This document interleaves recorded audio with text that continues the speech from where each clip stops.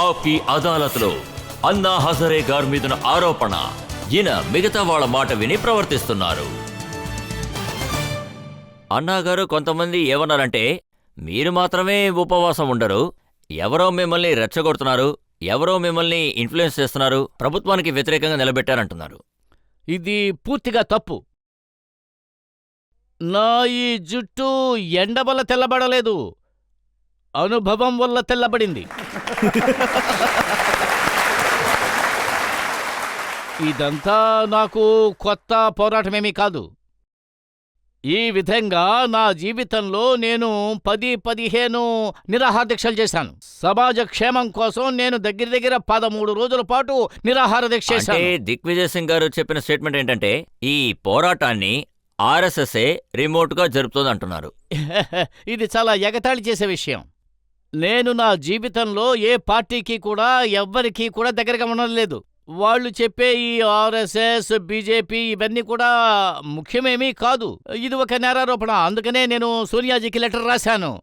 ఇంత పెద్ద పదవిలో ఉన్నవాళ్లు ఈ విధంగా మాట్లాడుతున్నారు అంటే వాళ్ల మీద మనం ఎంత మర్యాదను పెట్టుకుంటాం? అంత పెద్ద పదవిలో ఉన్నవాళ్లు అబద్ధం చెబుతున్నారంటే ఈ సమాజం భవిష్యత్ ఏమవుతుంది? అబద్ధం చెబుతున్నారు.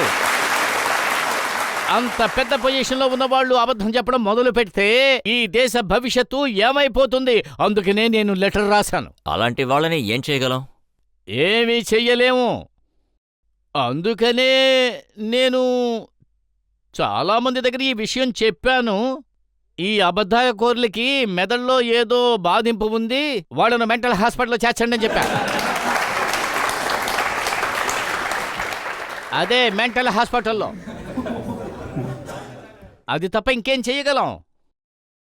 అన్నాగారు, మీరు సోనియా గాంధీ గారి పేరు చెప్పారు, ఆవిడకి లెటర్ రాశారు. ఇంతకు ముందు కూడా ఆవిడకి లెటర్ రాశారు.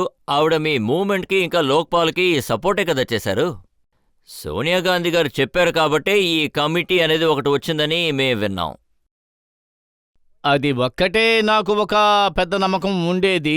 సోనియా గాంధీ గారు ఇంకా మన్మోహన్ సింగ్ లాంటి వాళ్ళు మేము లోక్పాల్ బిల్లు తీసుకొస్తామని చెప్పారు. కానీ ఈ మధ్యలో ఏం జరిగిందో నాకు అర్థం కాలేదు. అంతా హఠాత్తుగా మారిపోయింది. అలా ఏం జరిగిందో నాకు అర్థం కావడం లేదు. మరి అలా ఏం మాయ జరిగిందో నాకేమీ అర్థం కాలేదు. మంచి లోక్పాల్ తీసుకొస్తామని ఇద్దరు కూడా మాటిచ్చారు. మంచి చట్టాన్ని తీసుకొస్తామని అన్నారు. ఆ తర్వాత మొత్తం మారిపోయింది, ఎందుకో తెలీదు. సోనియా గాంధీ గారి నేషనల్ అడ్వైజరీ కమిటీలో ఉన్న ఒక మెంబర్ ఇక్కడ ఉన్నారు. నేను ఆయన ఆర్టికల్ చదివాను. నేను జంతర్ మంతర్లో అన్నాగారి దగ్గరికి వెళ్ళి ఎందుకు కూర్చోలేదని రాశారు. దానికి కారణం చెప్పారు. అందులో ఒక కారణం ఏంటంటే, మేడ వెనకాల భారతమాత ఫోటో పెట్టారు, అది ఆర్ఎస్ఎస్ వాళ్ళు పెట్టినట్టుందని చెప్పారు. ఇలా చూడండి, మనం ఏ కళ్ళజోడైతే వేసుకున్నామో ఆ అద్దం మేరే మనకు అంతా తెలుస్తుంది. ఆ కళ్ళజోడు ఏ కలర్లో ఉందో ఖచ్చితంగా ఆ కలర్లోనే తెలుస్తుంది కదా. కళ్ళజోడు కలర్ని బట్టే అంతా ఉంటుంది. ఇంకో కారణం ఆయన ఏమన్నారంటే, ఆర్ఎస్ఎస్లో ఉన్న రామ్ మాధవ్ గారు వచ్చారు, అలాగే ఆర్ఎస్ఎస్ నాయకుడు బయాషీ జోషి మీకు లెటర్ కూడా రాశారు. అందుకనే వాళ్ళు మీకు సపోర్ట్ చేయడానికి జంతర్ మంతర్కి రాలేదని చెప్పారు.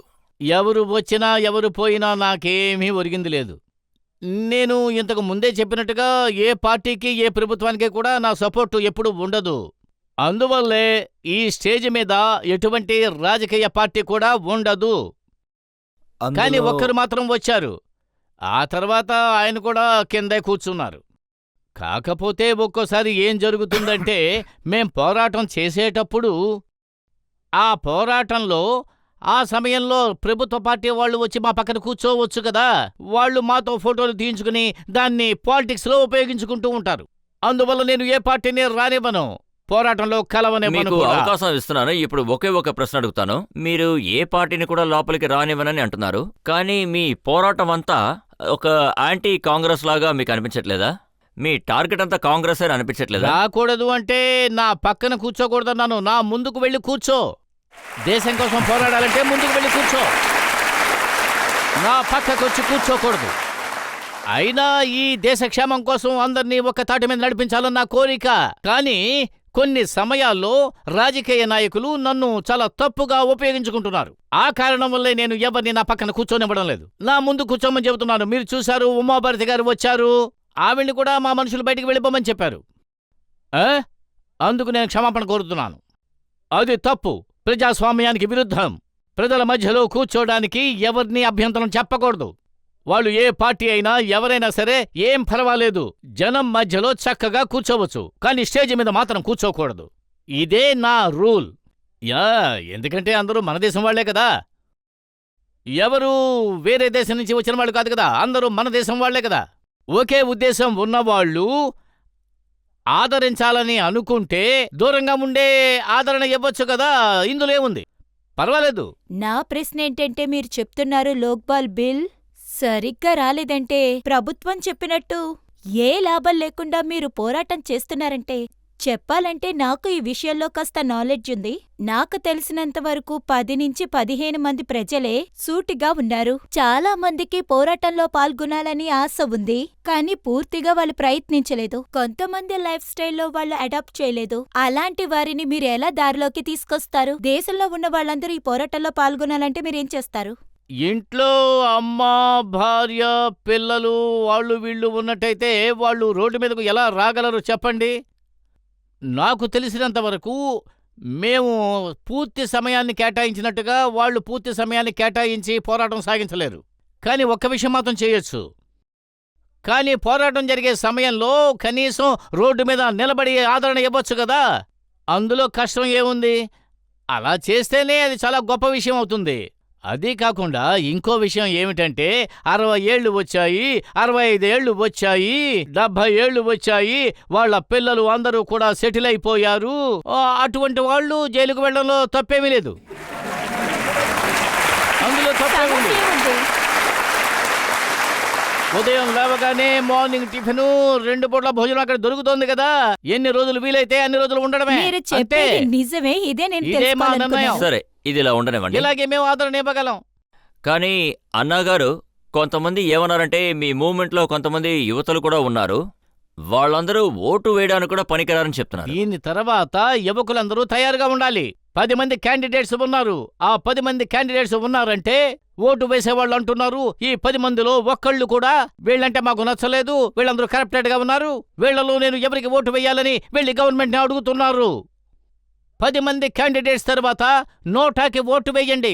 11వ ఓటు నోటాకి, 11వ ఓటు నోటాకి. అప్పుడు ఓటర్లు అంటారు, ఆ 10 మంది కూడా మాకు నచ్చలేదు, మాకు నచ్చని వాళ్ళకే ఓటు వేస్తున్నామని. ఆ 10 మందిలో ఎవరికి ఓట్లు ఎక్కువగా వచ్చాయో అప్పుడు ఎలక్షన్ రద్దయిపోతుంది. మళ్ళీ ఎలక్షన్ పెట్టాలి. ఇంకా ఎంతమందికి డబ్బులు ఇస్తారో ఇవ్వండి డబ్బుని. 10 కోట్ల రూపాయలు ఖర్చు పెడుతున్నారు. ఒక ఎలక్షన్ అంటే 10 కోట్లు ఖర్చు పెడుతూ ఉన్నారు. అప్పుడు మెదడు సరిగ్గా పనిచేస్తుంది. అలాగే మనం చెయ్యాలి.